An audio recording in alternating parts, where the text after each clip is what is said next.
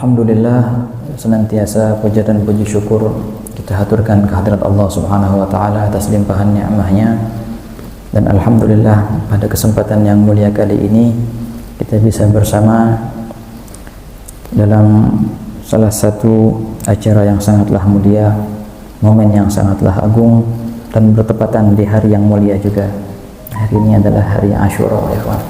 Nah, yang banyak Allah taala limpahkan kemuliaan di hari itu, dan juga kita bersama di tempat kaum salihin yang banyak di situ daripada athar, daripada bekas kaum salihin yang berlalu lalang di situ, daripada bekas daripada telapak kaki mereka ataupun hal-hal yang dipandang oleh mereka. Itulah atharnya salihin, sangatlah agung, ikhwan. Wa atharahum, Allah taala nyatakan di Al-Quran perihal athar ataupun bekas itu memiliki pengaruh dan kesan yang sangat luar biasa. Karena Imam Al-Habib Idrus bin Umar Al-Habsyi, ketika beliau hadir di salah satu acara di acara-acara ziarah Nabi Hud yang di bulan Sya'ban itu biasanya, ketika itu beliau berdiri memberikan mau'izah hasanah dan beliau berkata kepada para hadirin, lihatlah gunung-gunung ini, karena gunung ini sangatlah akrab dengan orang-orang yang pernah melihat mereka. Beliau sebutkan Al-Faqih Al-Muqaddam dan beliau sebutkan Sayyidina Abdul Rahman Segaf, semuanya pernah melihat gunung-gunung lembah di Nabi Allah Hud itu. Maka lihatlah, bisa jadi dengan pandangan kita ke sesuatu yang pernah dipandang oleh kaum salihin menjadi perantara kita untuk mendapatkan syafaat mereka. Wah, kan disebutkan oleh Imam Sayyidina Abdul Qadir Al-Jailani ketika beliau lewat dengan para murid-murid beliau, kemudian beliau lewat di perkuburan dan beliau melihat ada salah satu kuburan di situ, dengan cahaya nurani, dengan cahaya kasyaf yang Allah taala berikan kepada beliau. Beliau tahu ini yang di dalam kubur ini dalam keadaan yang perlu ditolong, itu dalam keadaan diazab di dalam kuburnya. Lalu beliau berkata sama orang-orang yang bersamanya, adakah di antara kalian tahu siapa yang dikubur ini? Ada satu orang begitu, tahu, aku tahu dia adalah temanku. Jadi ceritanya Syekh Abdul Qadir Jailani pengen mau ngasih syafaat, tapi beliau mencari di mana celah hubungan antara dia dan orang yang di liang lahat itu. Beliau berkata, pernahkah orang itu melihatku? Teman yang bilang, enggak, aku rasa enggak pernah dia melihatmu. Pernahkah dia melihat murid-muridku? Dia bilang sama dia, aku rasa juga enggak, dia enggak pernah melihat murid-muridmu. Bingung Syekh Abdul Qadir nih, mau ngasih syafaat tapi lewat celah mana?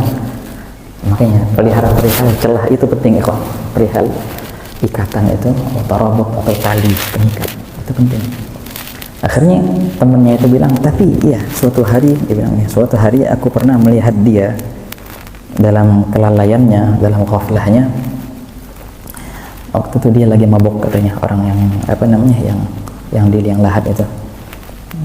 Dia lagi ghaflah, suatu hari itu engkau dan rombonganmu lewat dengan kudamu, wahai Syekh Abdul Qadir Jailani. Dan aku waktu itu bersama dia, dan kami melihat debu-debu daripada kuda-kuda yang kau naiki. Nah, kata Syekh Abdul Qadir Jailani, nah dari sini aku bisa masuk untuk memberikan dia syafaat. Berdoa Syekh Abdul Qadir Jailani, Allah taala angkat azab kabar daripada orang yang dikubur itu. Nah, begitu ya, ini kadang-kadang penting sekali kita melihat atau berjalan di jalannya orang yang pernah berjalan di situ. Kalau pandangan itu sangat berdampak, bagaimana dengan pertemuan, bagaimana dengan perkenalan, bagaimana lagi kalau seandainya mereka kaum salihin itu ada di hatimu, atau yang lebih luar biasa lagi, engkau yang ada di hati mereka. Ya, semoga Allah taala jadikan kita ada di hati kaum salihin, insyaallah. Amin ya rabbal alamin. Nah, ikhwani, tepat hari ini, hari Asyura, kita akan bersama memulai kajian yang insya Allah kita niatkan rutinan, insya Allah bulanan untuk kajian kitabnya ini.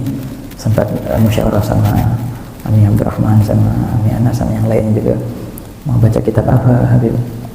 Ada yang menyarankan kalau tasawuf sudah banyak yang baca, kalau apalagi kalau fikih sudah juga sering kita dengar. Kita mau baca tafsir atau baca hadis tapi yang ada aroma salafnya, ada apa namanya, khasiyah daripada aslaf salihin. Subhanallah, ada tepat kitab yang memang itu bukan hanya tafsir sahaja dan juga itu masuk juga syarah daripada hadis.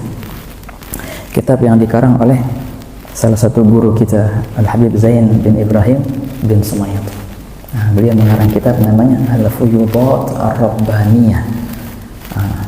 Fuyudat Rabbaniyah fi ma'alis sadah al-Alawi.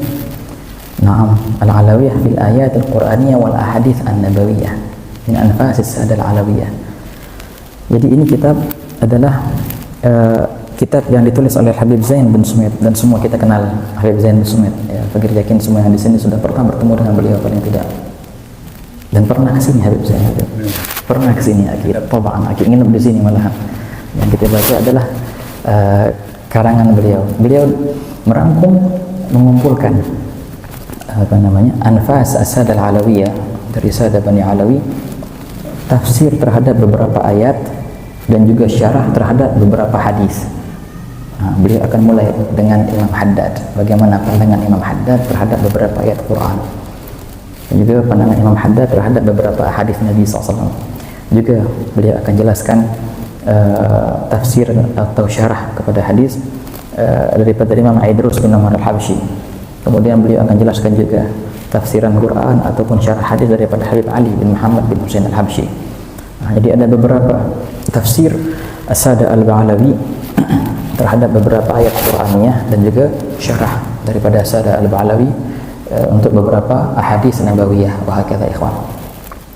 Teman, seperti biasa ikhwan, sebelum kita masuk ke pembahasan pertama, mari kita lebih mengenal siapa sosok Al-Habib Zain bin Ibrahim bin Sumayyad. Nah, jadi kalau kita biasanya cerita tentang kaum salihin, tentang Faqihul Muqaddam ataupun Sayyidina Abdurrahman Segaf atau Habib Ali Habsyi, itu luar biasa kan, apa namanya, manaqib mereka itu luar biasa.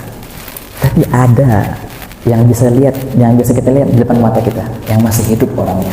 Allah panjangin umur beliau insyaallah, amin. Yang jadi benar-benar nyata, bukan cuma sekedar cerita yang kita baca di kitab. Jadi sosok yang benar-benar ada, kita bisa lihat bagaimana keseharian beliau, bagaimana mujahadah beliau, yang subhanallah itu luar biasa ikhwan, cermin daripada kaum salaf salihin. Seorang alim, alamah yang luar biasa. Pas banget nih hari-hari Asyura. Kan di hari Asyura itu disunahkan beberapa perihal ya, di antaranya puasa, ya kan? Di antaranya sedekah, di antaranya ziarah ulama. Hada ajib. Kan Al-Habib Muhammad bin Abdullah Al-Haddar. Al-Habib Muhammad Al-Haddar ini jatuhnya mertuanya Habib Zain kan. Sahib Baydha di Baydha. Al-Habib Muhammad Al-Haddar seorang ulama yang luar biasa beliau itu. Beliau lah yang minta Habib Zain untuk datang ke Baydha mengajar di sana. Dulu Habib Zain selama 21 tahun di kota Baydha itu. Katanya suatu tahun di hari Asyura, Al-Habib Muhammad bin Abdullah Al-Haddar datang dengan jalan kakinya untuk rumah mantunya ini, Habib Zain bin Sumayyad, yang beliau nikahkan dengan putrinya Hababah Maryam. Ketuk pintunya rumah Habib Zain. Habib Zain terkejut pas buka pintu. Oh, Amin Muhammad. Marhaba Habib. Tafadhal, ada apa? Silahkan Habib, ada hajat apa? Silahkan. Duduk Habib Haddar di rumah mantunya ini. Beliau berkata, enggak. Aneh kesini nggak punya hajat apa-apa. Anda aneh kesini untuk melaksanakan sunnah hari Asyura. Emang apa? Kan sunnah ziarah orang alim. Itu nih orang alim, aneh ziarahin sekarang. Ya Allah. Ini mertua ziarahin mantunya karena mantunya itu orang alim. Wah, kata ikhwan. Naam. Kalau kita lihat Al-Habib Zain bin Ibrahim bin Sumayyad, nggak jauh beda dengan yang hadir di sini ikhwan. Beliau lahir di Jakarta dan di Bogor ya. Abah beliau makamnya di Bogor. Nah, masa-masa kecil beliau lalui di Bogor. Memang beliau lahir pada tahun 1361. Ini kalau kita hitung berarti umur beliau 84 tahun sekarang. Nah, Habib Zain masa kecilnya kebanyakan di Bogor, betul. Dan guru pertama beliau adalah Al-Imam Al-Habib Alwi bin Muhammad bin Tahir Al-Haddad. Nah, yang magamnya di samping magam Al-Habib Abdullah bin Muhsin Al-Attas. Hadal Imam Azim Al-Habib Alwi bin Muhammad bin Tahir, saudaranya Habib Hussein ya. Habib Hussein yang bang Muhammad Habib Alwi. Habib Alwi ini ikhwan. Jadi ini Habib Alwi bin Muhammad bin Tahir, ya kan? Anak daripada Habib Muhammad bin Tahir sahib Tegal ini. Habib Alwi ini sempat lama beliau tinggal di Surabaya dan mulazamah dengan Al-Habib Muhammad bin Idrus Al-Habsyi, dan beliau menganggap itu sebagai guru fatahnya beliau. Dan Habib Muhammad bin Idrus Al-Habsyi beliau punya putri, beliau nikahkan dengan Habib Muhammad bin Ahmad Al-Muhdhar. Habib Muhammad bin Ahmad Al-Muhdhar punya putri, beliau nikahkan dengan Habib Alwi bin Muhammad bin Tahir Haddad. Nah, jadi jatuhnya itu Habib Muhammad bin Idrus Al-Habsyi ya, guru fatahnya beliau juga sekaligus kakek mertua jatuhnya, kakek mertua dari istrinya itu. Setelah wafatnya Habib Muhammad bin Idrus Al-Habsyi, beliau juga mengambil lama dari mertuanya langsung Habib Muhammad bin Ahmad Al-Muhdhar. Setelah wafatnya itu langsung baru beliau pindah ke kota Bogor, mulazamah dengan Habib Abdullah bin Muhsin Al-Attas sampai gurunya itu wafat dan beliau pula dikebumikan di situ. Nah, kan dahulu aslaf kita bilang mereka yang ketemu dengan Habib Alwi bin Muhammad bin Tahir Al-Haddad. Gal hada Habib Alwi bin Muhammad bin Tahir Al-Haddad, katanya fotokopiannya Imam Haddad persis. Mukanya sama, gerak-geriknya sama, cara ngomongnya sama. Nah, kalau kita nggak sempat nemuin masa-masa Imam Haddad, tapi alhamdulillah ya kita nemuin masanya Habib Alwi bin Tahir Haddad. Persis katanya foto, mukanya sama. Hakadha yaqulun. Kalau kita baca di beliau ada majmu' kalamnya Bahjatul Khatir wa Sururul Fuad yang ditulis oleh muridnya Muhammad bin Segaf Al-Hadi. Itu luar biasa ikhwan. Ini cara-cara ngomong beliau persis kayak Imam Haddad. Hakadha. Ini adalah guru pertamanya Habib Zain bin Sumayyad.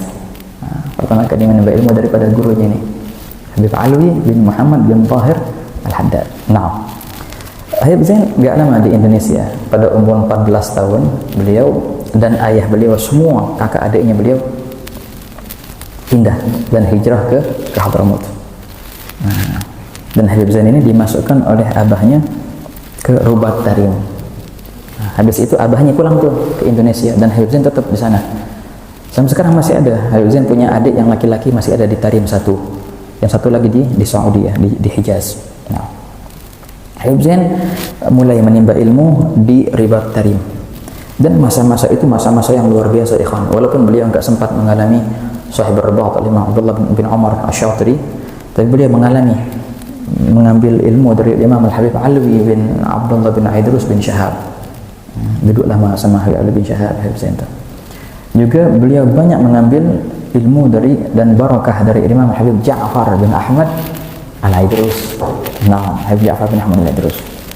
Banyak Habib Zain kalau cerita tentang Habib Ja'far itu luar biasa banyak ceritanya. Nah, kalau masalah ilmu yang zahirnya, maka Habib Zain banyak mengambil ilmu dari Imam Al-Habib Muhammad bin Salim bin Hafidh. Ini abahnya Habib Umar Zab. Nanti waktu itu termasuk Syekh Ar-Rabat juga. Dan Habib Muhammad lah yang mencetak Habib Zain sampai menjadi alamah faqih yang luar biasa itu. Nah, juga banyak lagi kalau mau disebutkan guru-gurunya beliau banyak. Habib Umar bin Ali Al-Kahf, Syekh Mahfuz Az-Zubaydi, Syekh Salim Sa'id Bukayyir Baghithan. Dan juga Habib Muhammad bin Abdul Haddar yang masih itu waktu itu masih di mana di Ribat. Habib Zain di Ribat Tarim 8 tahun ya ikhwan. Hanya 8 tahun Habib Zain di Ribat Tarim, tapi menjadi orang yang luar biasa. Iya. Makanya gini kalau kita lihat gimana Habib Zain menimba ilmu dulu ya luar biasa ya. Enggak heran kalau 8 tahun sampai tercetak orang-orang yang sedemikian rupa. Jangankan Habib Zain, Al-Habib Muhammad bin Abdul Haddar itu cuma 4 tahun di Ribat Tarim. Tapi menjadi mufti, menjadi alamah yang luar biasa. Imam Abdullah bin Abdurrahman bin Syekh bin Salim mufti Syihr juga sama 4 tahun di Ribat Tarim. Habib Hasan bin Ismail al-Muqdar, Habib Hasan bin Ismail al-Hamid, Mufti Ainat, 4 tahun. Tapi 4 tahunnya mereka dalam cerita itu Imam Abdullah bin Abdurrahman Syariful Salim ketika mereka menimba ilmu itu dalam ceritanya beliau bawa kasurnya itu, dan selama 4 tahun itu kasurnya belum pernah dibuka. Jadi 4 tahun itu nggak ada ceritanya tidur, sengaja tidur nggak ada, yang ada ketiduran. Jadi nggak ada waktu untuk buka kasur atau tiduran di atas kasur. Maka Imam Muhammad bin Abdul Haddad ada lagi masa-masa beliau menimba ilmu itu luar biasa. Nah, kalau ngantuk beliau duduk di mana? Di teras yang di bawahnya langsung bawahan ke tingkat ketiga. Jadi kalau ngantuk lihat itu, kalau jatuh bisa bahaya. Kalau lagi musim dingin beliau mandi biar ngilangin ngantuknya itu. Masya Allah kawan, cerita-cerita rijal waktu beliau menimba ilmu hadza azim. Sampai sekarang Habib Zain bin Sumayyad nggak bisa makan malam.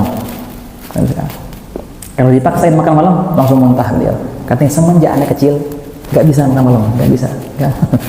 Mujahadahnya jadi kurus begitu Habib Zain, kayak gitu. Kalau kita merujuk sebelumnya kan Imam Yahya bin Syaraf An-Nawawi, Imam Nawawi, luar biasa, berkah ilmunya, luas ilmunya. Itu dalam ceritanya Imam Nawawi itu sama. Ada mujahadah juga beliau ikhwan. Imam Nawawi dikatakan tidaklah makan kecuali sekali sehari. Bukan cuma itu, minumnya pun sekali sehari. Ya nggak heran kalau jadi Imam Nawawi. Dalam manaqibnya Imam Nawawi makannya itu selepas isya baru makan beliau. Minumnya waktu sahur sebelum subuh. Cuma itu toh, makan dan minum seharian kayak gitu. Jadi kurus Imam Nawawi itu. Sebelumnya lagi Imam Syafi'i radhiyallahu anhu, beliau berkata, dinukil oleh muridnya Rabi' bin Sulaiman, qala Syafi'i, ma syabi'tu mundu 30 sanah. Tak pernah aku makan sampai kenyang. Dan ini sudah selama 30 tahun. Tidak pernah aku merasakan kenyang selama 30. Emang waktunya untuk waktu belajar semua ya kawan. Wah kata. Ada guru Imam Al-Bukhari namanya Ibn Ya'ish. Kalau dalam ilmu sejarahnya namanya Ubaid bin Ya'ish. Diceritakan beliau ini kalau mau makan nggak makan kecuali roti yang basah. Roti yang basah. Nggak mau makan yang keras gitu enggak. Jadi pas makan roti yang basah itu tinggal ditelan sama dia. Ditanya, "Ente kenapa kok ini makanan ini tiap?" Ya, ini makanan yang keras itu buang-buang waktu. Jadi nggak ada waktu untuk ngunyah aja, nggak ada waktu. Jadi makan langsung ditelan sama dia. Jadi full waktunya untuk ilmu. Hadza Ubaid bin Ya'ish. Ada seorang ulama dari mazhab Hanabilah, Ibn Aqil Al-Hambali namanya, Ali bin Aqil Al-Hambali, pengarang kitab Al-Funun. Dibilang kalau waktu makan aneh suruh pembantu katanya, sampai disewa pembantu. Ngapain? Untuk nyuapin. Jadi waktu makan sambil nulis, sambil baca kitab. Nggak ada waktu khusus untuk makan, karena disuapin sama dia. Jadi mereka itu sangat perhitungan dengan waktu makan pun mereka perhitungan ya kawan. Kalau kita belajar nahwu, ntar kita sering mendengar nama Imam Sibawayh. Ya. Imam Sibawayh punya guru namanya Khalil bin Ahmad Al-Farahidi. Beliau berkata, "Na'am, tidaklah ada waktu yang lebih aku sumpah di situ daripada waktu makan. Melebihi daripada waktu makan. Waktu makan itu waktu yang paling aku sumpah. Merasa terbuang waktunya gara-gara makan." Ini di cerminan Sada Ba'alawi ada. Di cerminan Sada Ba'alawi Imam Abdullah bin Husain bin Tahir. Nah, sama Habib Husain bin Tahir, kakak adik itu kan. Habib Abdullah bin Tahir waktu sama kakaknya Habib Tahir bin Husain bin Tahir. Kalau waktu makan tuh mereka gantian. Yang ini makan, yang itu baca kitab katanya itu. Baca kitab dapat faedah banyak. Yang makan pun mendengar faedah gitu. Kelar ya gantian. Nah, ini baca kitab yang makan sekarang. Nah, gitu. Jadi waktu makan pun mereka perhitungan. Jangankan waktu makan. Kalau Habib bin Thahir dalam ceritanya, waktu mereka mandi pun perhitungan. Gantian mandinya. Yang waktu mandi, yang waktu baca kitab di depan kamar mandi itu angkat suara. Jadi yang sambil mandi itu sambil dengar faedah ilmu. Kelar gantian. Sampai segitunya ya kawan. Dan kalau kita baca manaqib ulama-ulama terdahulu, pasti kita akan temukan yang serupa bahkan lebih di kalangan Sada Al-Ba'alawi. Wah kata ya kawan. Oke, hadal Imam Habib Zain bin Ibrahim bin Sumaid. Selepas beliau 8 tahun dan menjadi pengajar, itu beliau di Rebat tadi. Nah, Habib Muhammad Al-Haddar yang sudah pulang beberapa tahun lalu ke kota Bayda dan mulai berdakwah di kota Bayda di Yaman Utara. Beliau buat ribat ke situ, ribat Bayda, dan beliau merasa kekurangan tenaga pengajar. Maka beliau tulis surat kepada rekannya Habib Muhammad bin Salim bin Hafid yang waktu itu megang Rebat tadi. Dan Habib, ana minta tenaga pengajar. Maka Habib Muhammad bin Salim bin Hafid menunjuk Habib Zain bin Sumaid. Udah, ente bantuin Habib Muhammad Haddar di Bayda sana, ngajar di sana. Maka berangkatlah Habib Zain bin Ibrahim bin Sumaid dengan perintah dari gurunya ini, Habib Muhammad bin Salim bin Hafid, ke kota Bayda. Itu berarti Habib Zain bin Sumaid itu masuk Rebat umur 14 tahun ikhwan, dan beliau 8 tahun di Rebat Tarim. Umurnya 22 tahun. Sampai di kota Bayda itu diarak, katanya dalam cerita itu. Habib Muhammad bin Abdul Haddar tahu siapa ini Habib Zain bin Sumaid, dan beliau sangat senang ketika ditunjuk Habib Zain bin Sumaid sebagai tenaga pengajar. Diarak dan mulailah Habib Zain bin Sumaid ngajar di kota Bayda. Habib Zain bin Sumaid di kota Bayda duduk lama, lebih dari 21 tahun lebih. Maaf. Dan akhirnya Habib Muhammad Haddar menikahkan beliau dengan putrinya, ya, yang mungkin semua tahu lah, Habibah Maryam rahimahullah ta'ala. Dalam ceritanya juga ma'ruf itu. Jadi Habib Zain bin Sumaid waktu di Bayda, yang orang-orang Bayda sana nyeritain, ya, Habib Zain bin Sumaid dulu ya tempatnya ya di maktabah, ya, di perpustakaan, terus jarang keluar dari perpustakaan, baca kitab terus. Ini luar biasa ya. Mungkin antum yang pernah duduk sama Habib Zain bin Sumaid pasti mendengar dari luas ilmunya beliau, itu luar biasa. Jadi waktu Habib Muhammad Al-Haddar manggil Habib Zain, ya Zain, ente mau nikah sama putri ana. Beliau sami'na wa ta'ana, ayo marhaba Habib, ya sudah nikah sama ini, sudah khutbah sudah selesai. Ntar ditentukan tanggalnya sama hari Jumat. Itu saya ingat betul waktu diceritakan itu. Ntar yang menceritakan ini orang yang hadir di acara itu, hari Jumat, habis sholat Jumat. Oke, ente yang wadah di rumah sekalian kita akad. Ya khair Habib, marhaba. Jangan lupa ya, marhaba. Jadi Habib Muhammad Al-Haddar mulai mengundang ulama-ulama yang dari kota Bayda, Habib. Nah, mulai habis sholat Jumat ramai ke rumah Habib Al-Haddar. Acara nikahnya Habib Zain nih ceritanya nih. Udah baca maulid ini, tinggal akad. Mana pengantinnya? Belum ada. Mulai gelisah Imam Haddar. Mana? Ada saya bilang sama Zain. Kok mana pengantinnya? Imam Haddar menyuruh orang, ente cari Zain di mana? Dicari, tahu-tahunya kayak biasa. Habib Zain Sumaid lagi perpustakaan, lagi baca kitab. Disamperin sama, Habib, ada apaan? Ente lupa, kenapa? Orang pada nungguin acara apa? Acara nikahan ente, Beb. Ente mau nikah sekarang. Astagfirullah, lupa anak. Ya tahu ya Allah. Sampai lupa, waktu akadnya lupa, ya Pak. Asyik sama ilmu tadi. Dia dibawa, diayasin, dihiasin, diarak, nikah akhirnya baru wahakala. Kan ajib kan. Daiman kalau kita lihat mukatabat ya, kita lihat mukatabatnya Habib Muhammad Al-Haddar, beliau punya mukatabat sekarang dikumpulkan oleh anaknya Habib Hussein. Itu setiap Habib Muhammad Haddar kalau beliau lagi di Mekah atau di Madinah atau di mana gitu di luar Bayda, setiap surat-surat beliau ke Rebat pasti beliau menanyakan wakil akhbar al-Habib Zain bin Ibrahim wahakala. Maka Masya Allah perhatian Habib Muhammad kepada Habib Zain luar biasa ya kawan. Ala kulli hal wahakala Habib Zain. Beliau lebih dari 20 tahun di kota Bayda. Naam. Dan akhirnya beliau mendapatkan isyarah untuk pindah ke kota Madinah. Wahakala. Sampai sekarang beliau di sana. Beliau di kota Madinah dulu bersama Habib Salim Syatri bareng-bareng membina pondok namanya Robatul Jufri, Abdurrahman Al-Jufri. Nah, Robatul Jufri dulu Habib Zain sama Habib Salim yang ngajar di situ. Dan Masya Allah banyak kok dari tullabul alim yang menyembah ilmu di sana. Yang ajib luar biasa ikhwani, Habib Zain bin Sumayyad sudah menjadi ulama yang luar biasa, tenarnya hebat. Ketika di Madinah tetap aja beliau menimba ilmu dengan ulama-ulama Madinah. Beliau sebutkan ada seorang ulama dari Mauritania, Syekh Muhammad Fal namanya. Nah, sempat kita ketemu dengan beliau, masya Allah luar biasa, allamah.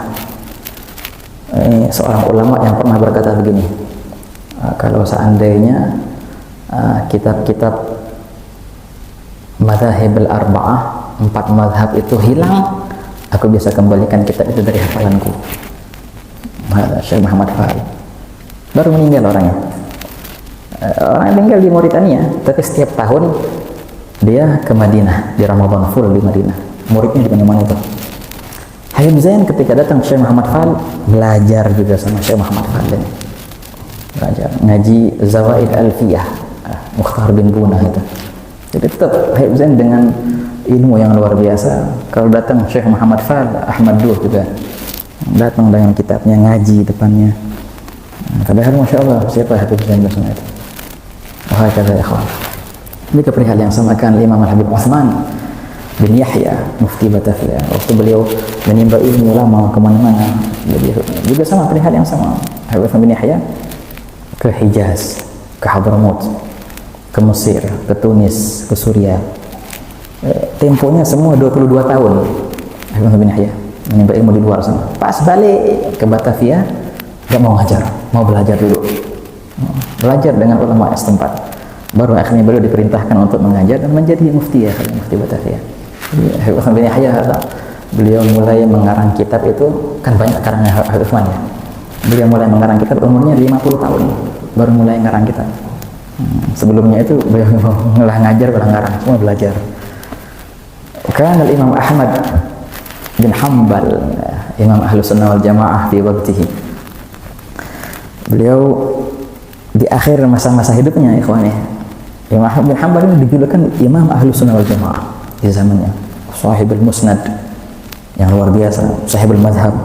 Di akhir masanya tetap terlihat beliau itu bawa pena sama wadah tinta, sama dulu gitu ya, wadah tinta, pena sama kertas. Berjalan sama anak-anak kecil, bareng-bareng. Kemana? Mau hadir majelis yang di sana, ada seorang ulama datang. Ada seorang yang melihat pandangan ini, gali Imam Ahmad, tamshi ma'as sibyan. Enti masih duduk, masih jalan tuh sama anak kecil tuh. Mau kemana? Kita bareng-bareng mau hadir majelis di sana, ada ulama datang. Gal, sampai kapan engkau seperti ini? Beliau berkata, ma'al mihbarah ilal magbarah. Senantiasa aku akan seperti ini, dengan penaku sampai liang lahatku. Slogannya daripada Imam Ahmad bin Hanbal. Wahakadha ikhwan, la ilaha illallah. Nah, begitulah sekelumit daripada hayatul Imam Habib Zain bin Ibrahim bin Sumayyad. Semoga Allah Ta'ala panjangkan umurnya, ikhwan. Wahakadha mata'allah bihi fi afiyah. Di antara al-bagiyah as-salihah Habib Zain, kita bisa melihat bagaimana cerminan daripada ulama-ulama dahulu, sosok yang sangatlah nyata yang masih bergerak di hadapan kita. La ilaha illallah. Ala kulli hal. Itu mungkin sekelumit daripada hayatul Habib Zain bin Ibrahim bin Sumayyad. Ada salah satu, ini cuma sekedar cerita aja, bukan masalah cerita keramat wala syi'la, cuma cerita. Salah satu teman kita, dia muridnya Habib Zain bin Sumayyad. Habib Zain bin Sumayyad memang orangnya kan lempeng gitu, dan enggak demen masalah keramat itu, ilmu tahqiq. Wah, suatu hari Habib Zain lagi di Jeddah mau ke Mekah atau Mekah mau ke Jeddah gitu. Dan wahid sahibana ada di mana, di mobil itu. Nah, ada taftish. Apa kalau polisi pemeriksaan. Oh, yang sopir ini tahu, wah ini kita pasti kena ini. Karena aneh nggak bawa nih surat kayak STNK gitu kalau misalnya gitu. Aneh nggak bawa surat gini-gini. Gimana ya, pasti kena. Kif ya Habib. Ya, lanjut aja, lanjut. Gimana entar, tenang aja, bismillah. Wah, pas sudah deket ke polisinya, deg-degan semua yang di mobil ini. Subhanallah. Habib Zain ngeluarin kertas, mana kertas? Ada kertas nggak? Kertas kosong. sama Habib Zain dikeluarin, dicabut satu apa nih jenggotnya, dicabut satu jenggotnya, ditaruh di kertas ya. Ente kasih dia kertas kosong ada satu jenggot. Pas polisi nyampe, mana? Enggak ada. Lihat sama polisi tuh. Oh, tuh. Tombol. Lanjut. Oh, bingung semua mobil itu. Subhanallah. Nah, khair insyaallah, khair. Lanjut deh. Nah, kata ikhwan. Dan yang seperti itu banyak. Ceritanya Habib Zain Sumet. Nah, awliya kan gitu ya. Apa yang mereka mau ya, jadi. Nah. Hakadha al-Imam Zain bin Ibrahim bin Sumet. Magam waliduh ada di Bogor gitu ya. Nah, magam abahnya Habib Zain ada di Bogor. Nah, baik.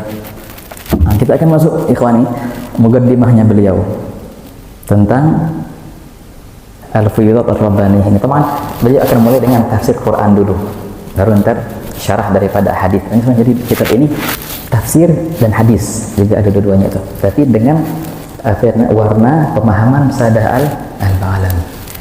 Beliau mulai dengan hadis yang ini luar biasa. Hadis ini qala Rasulullah sallallahu alaihi wasallam, inni tarikun fikum ma in tamassaktum bihi lam tadillu ba'di ahaduhuma a'zamu min al-akhar kitabullah hablun mamdudun minas sama'i ila al-ard wa itrati ahli baiti wa lam yatafarraqa hatta yarida 'alayya al-hawd fanzuru kayfa takhlufuni fihima. Lafaz ini adalah lafaz yang rawahu Tirmidzi dan juga sama rawahu Ahmad wa ghairuh, tapi dengan lafaz yang akhar. Baginda Nabi Allah bersabda, sungguh aku meninggalkan kepada kalian dua pusaka yang mana bila mana kalian berpegang teguh dengannya maka tak akan kalian tersesat. Yang pertama adalah kitabullah Al-Quran, hablum mamdudun minas sama, tali yang bersambung dari langit ke bumi, Al-Quran. Yang kedua, wa itrati ahla baiti, dan keluargaku, kata Nabi SAW. Walan yatafarraqa, dan kedua ini tidak akan berpisah. Nah, ini luar biasa ya. Mungkin kalau kita dengar hadis ini, apalagi sebagai ahlul bait, sebagai sahadah, wow, luar biasa. Jadi sebagai pusaka. Tapi kalau kita perhatikan kalimat walan yatafarraqa, dan dua ini tidak akan berpisah, itu teguran keras untuk kita. Seberapa sahnya engkau sebagai ahlul bait itu diukur seberapa dekatnya engkau dengan Al-Quran. Nah, yang Haddad wa ma'al Qur'ani fi garani, kata yang Haddad, ahlul bait senantiasa mereka hubungan erat dengan Quran. Hadisnya wadih, walan yatafarraqu, tak akan pernah mereka berpisah. Maka ini kita lihat daripada sadatna ahlul bait semuanya hubungan yang sangatlah erat dengan Al-Quran. Luar biasa. Menghafal Quran atau enggak menghafal tapi baca terus. Seminggu sekali hatam Quran, sebulan sekali hatam Quran, paling tidak satu hari satu juzu, pakai akan. Walan yatafarraqu, dua ini tidak akan berpisah, kata Nabi SAW. Apa? Al-Quran dan ahlul bait. Hatta yarida alayyal hawd, sehingga keduanya akan kembali kepadaku di telaga nanti. Kata semuanya, Al-Quran dan Ahlul Bait. Kedua tak akan berpisah ini, ikhwan. Kan al-Imam ada di kota Tarim, Al-Habib Abdullah bin Al-Aidrus, dari keluarga Al-Aidrus, keluarga bin Alwi ada.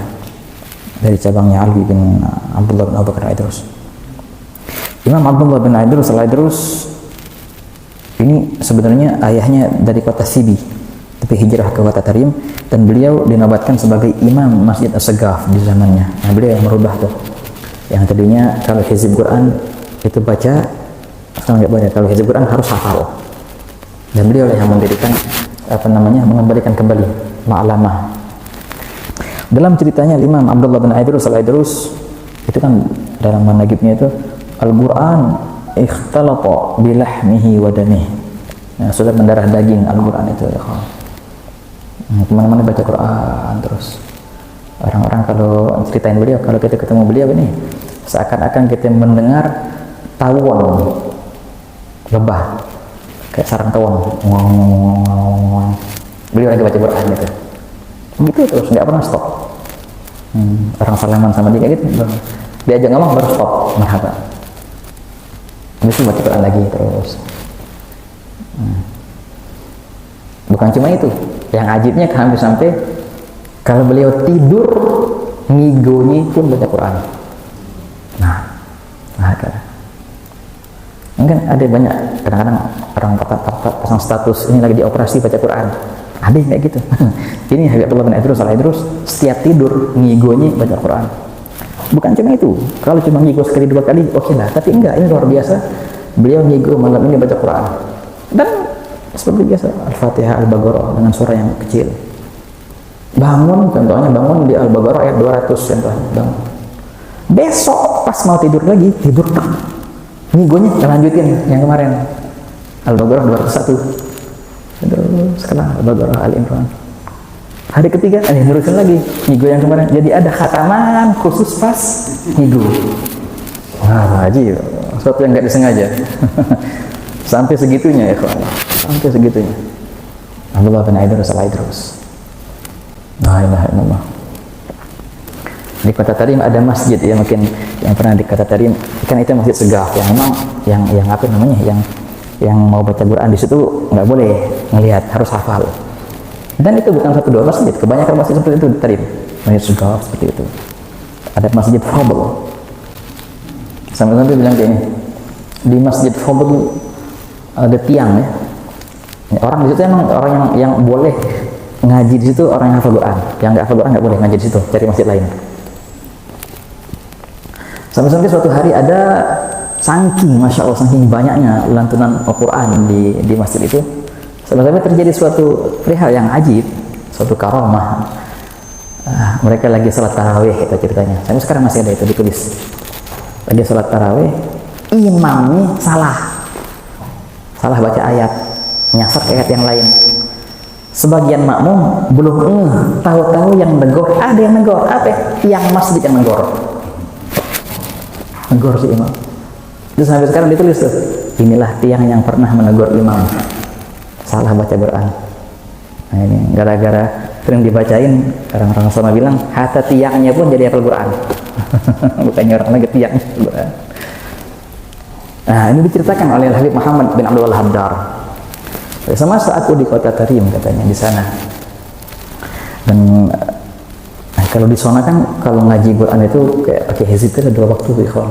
Pertama antara maghrib isya ngaji terus. Yang kedua sebelum subuh. Ini biasanya ngaji itu. Itu rutinan sampai sekarang. Jam 3 malam orang ngaji di masjid-masjid sana. Kan waktu di sana kan hadarnya ada Ammi Ali bin Syahab di tempatnya Ali bin Syahab di Masjid Surur. Kita hadir di situ. Bareng-bareng nyiapin gahwa ngaji Quran sama beliau. Dan waktu itu Pak Bang An lagi duduk sama tukang bikin kopi gitu. Gal Ami Fulan, Masya ente sudah berapa lama di sini? Syekh Habib, alhamdulillah. Oh, tahadus bin ni'mah 40 tahun, nggak pernah absen. La aneh wal Habib Ali, nggak pernah absen. Mau hujan, mau badai, mau panas, dingin tetap. Sampai-sampai dicerita, aneh hafal Quran, padahal aneh nggak bisa baca, buta huruf, ikhwan. Suruh baca nggak bisa, tapi Quran hafal. Gara-gara itu tuh hadir terus hizib Quran sama Habib Ali bin Syahab sebelum subuh, baina isya'in juga. Jangan seperti itu banyak. Sampai sekarang juga ada orang kalau kita suruh baca kitab nggak bisa, nerusin ayat Quran bisa. Saking seringnya mereka dengar Al-Quran. Nah, berarti walan yatafarraqa hatta yarida alayal haud. Nah, memang luar biasa. Bakal ada bab di sini, Habib Zain bin Sumit bakal menjelaskan. Memang karena hubungan Ahlul Bait sama Al-Quran itu sangatlah erat. Mereka tak akan pernah terpisahkan. Nah, makanya kalau seandainya ada pemahaman-pemahaman atau tafsiran dari Ahlul Bait itu pasti luar biasa. Nanti yang jadi kitab ini Fiqhat Rabbaniyah, khusus tafsir Sada Al-Ba'alawi. Pernah ditanya kepada Sayyidina Ali bin Abi Thalib, hal khassakum Rasulullah bi syai'? Kalian para Ahlul Bait, orang nanya kepada Sayyidina Ali, apakah Nabi Muhammad memberikan kalian karunia yang khusus yang enggak Nabi kasih ke yang lain?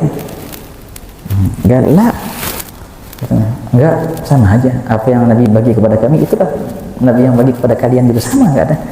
Illa, kecuali ada. Apa? Illa fahman yu'tahu ahaduna fi kitabih, kata Sayyidina Ali. Iya, kami ada khususiyah yang enggak ada di yang lain. Apa? Pemahaman terhadap Al-Quran ada pada kami, tidak ada di yang lain. Makanya kalau Ahlul Bait mereka menafsirkan Al-Quran itu tafsirnya luar biasa. Kita akan lihat di sini, ikhwan. Wow, luar biasa tafsir sada Ahlul Bait.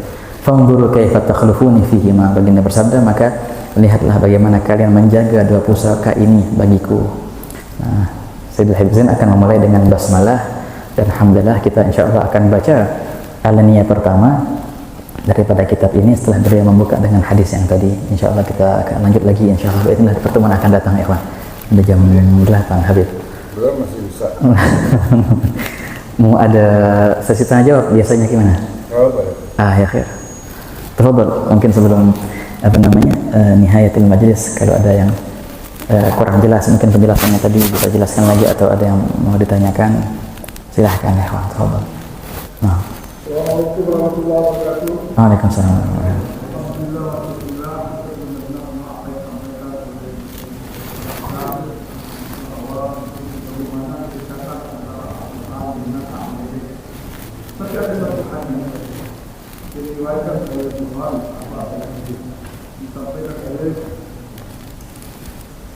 Yang mengatakan bahwa bukan hanya ahli bait, tapi hadis itu mengatakan taraku fikum amrayn mutawaffakum bima dan tadinu abadat Allah wa sunnah.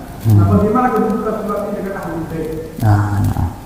Kadang-kadang ini yang sahih, kadang-kadang ini bilang ini yang Allah. Jamil gitu. Tadi lupa, saya mau jelaskan ini. Jazakumullah khair Habib. Ini penting dan sering kita mendengar soal kayak gini ya. Kalau kita bawain itu ada dua pusaka, Kitabullah wa Sunnati. Itu sering dibawakan di mana-mana. Tapi ada juga Kitabullah wa Itrati dan Ahli Baitku. Yang mana? Oke.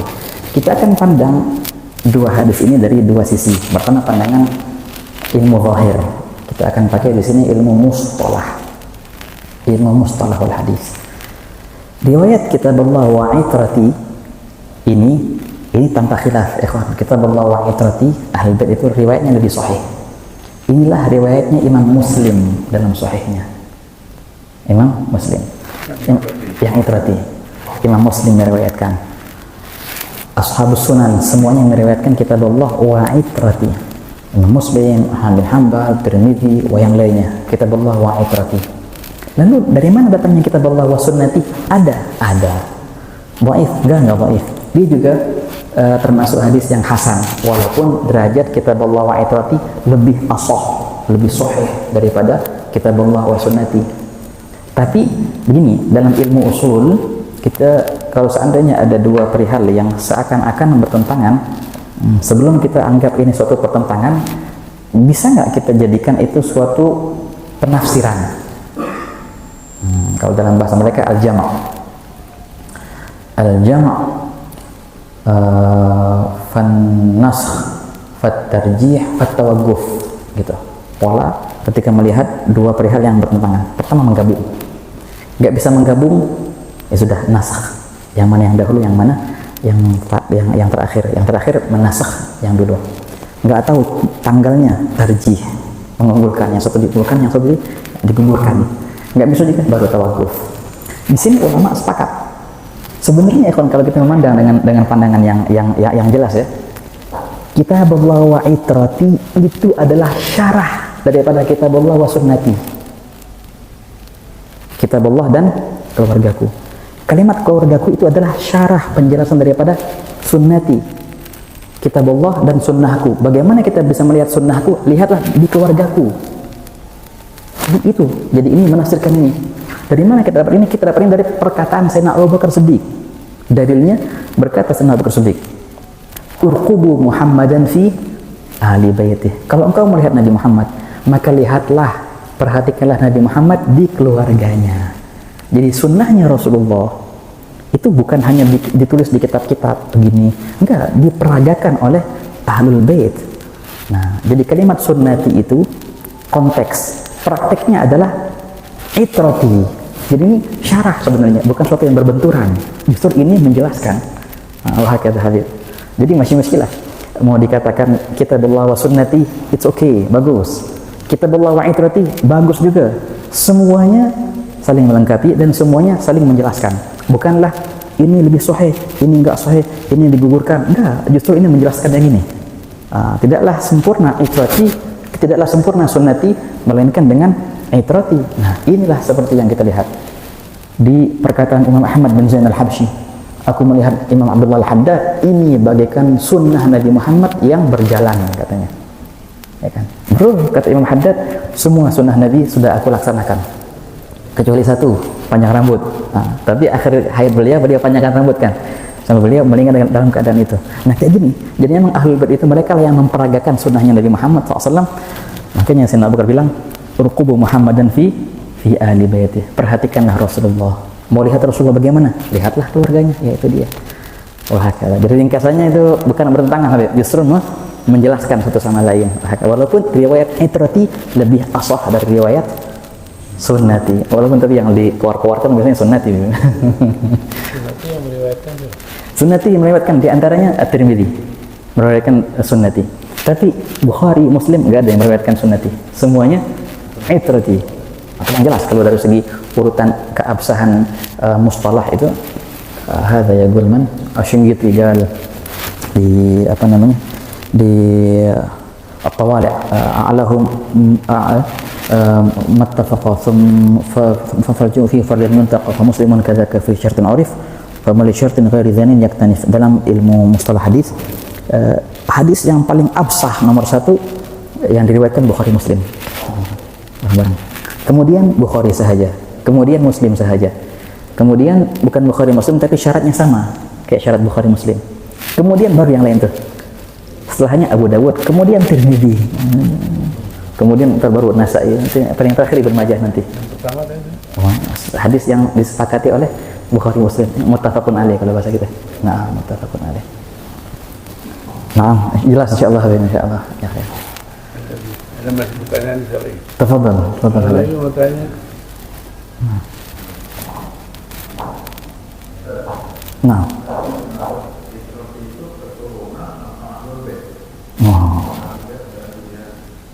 Oke, Masya Allah Habib. Hadza ajib. Nah, ini biasanya kan kalau kita membahas kitabullah wa itrati, itu nanti penjelasannya pertanyaan definisi itrati itu apa? Apakah itrati hanya sekedar ahlul kisah Nabi SAW, Sayyidina Ali, Sayyidina Fatimah, Sayyidina Husain, hanya itu saja, itrah saja? Atau masuk juga keturunan Sayyidina Hasan sama Sayyidina Husain? Itu menjadi pembahasan panjang lebar di sini, ikhwan. Walaupun memang ulama Ahlus Sunnah wal Jamaah sendiri pun mereka panjang pembahasannya definisi Ahlul Bait itu apa?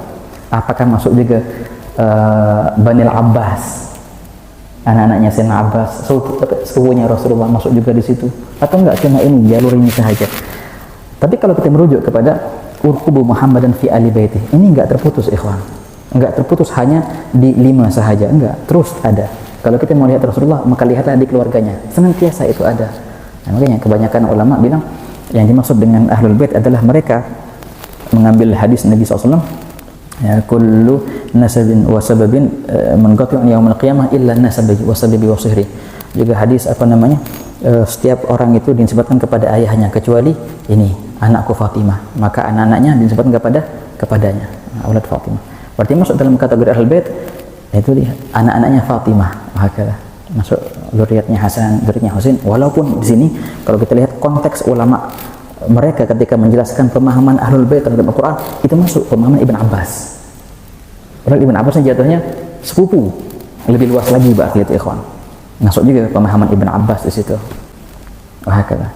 Jadi ya, Habib. Imam Ja'far. Oh, tab'an hada akid. Ja'far masuk juga, Ja'far bin Abi Thalib. Semua masuknya jadinya dalam definisi Imam Syafi'i ketika beliau menjelaskan masalah itrah ini, Habib, Ahlul Bait, beliau definisikan kullu muslim min Bani Hashim wa Bani Muttalib, setiap muslim dari keturunan Hashim sama keturunan Muttalib. Itu masuk Ahlul Bait. Agama zakah dalam fikihnya gitu. Mungkin Hashim sama Muttalib gimana ceritanya? Kan semua itu Hashim, Muttalib, mereka berempat saudara sebenarnya. Hashim, Muttalib, Abdul Syams sama Naufal. Semua itu anak daripada Abdul Manaf. Abdul Manaf punya anak 4. Hashim, Muttalib, Abdul Syams sama Naufal. Tapi yang menjadi ahli bait cuma 2 saja. Hashimnya jadinya Nabi SAW, Muhammad bin Abdullah bin Abdul Muttalib bin Hashim. Gitu, Hashim. Satu lagi Muttalib juga masuk karena ada hadis, nahnu wa banil Muttalib kahatain. Senantiasa kami dan anak-anaknya Muttalib seperti ini. Dia masuk juga mereka akhirnya. Ketika Nabi SAW diboikot di mana di Syi'ab Bani Hashim, semua Bani Muttalib masuk juga. Jadi 2 ini yang akhirnya menurunkan kategori ahlul bait, keturunan Hashim sama keturunan Muttalib. Maka ya, berarti agak lumayan luas Habib ya, agak lumayan luas. Walaupun nanti di beberapa hukum-hukum fikih itu lain lagi ceritanya. Walaupun anak-anaknya Sayyidina Ali enggak sederajat dengan anak-anaknya Sayyidina Ali dari Sayyidah Fatimah. Sayyidina Ali punya juga keturunan daripada yang lain, daripada Bani Hanifah gitu. Ada banyak. Tapi walaupun padahal semua dari Sayyidina Ali nih. Lain ntar anak-anaknya Sayyidina Ali dari Sayyidah Fatimah dengan anak-anak Sayyidina Ali daripada yang lain. Muhammad bin Al-Hanafiyah contohnya itu lain. Walaupun semua itu masuk dalam kategori ahlul bait. Hashim sama Muttalib. Hashim sama Muttalib sama Abdul Syams. Abdul Syams ini anjitnya Sayyidina Utsman ini.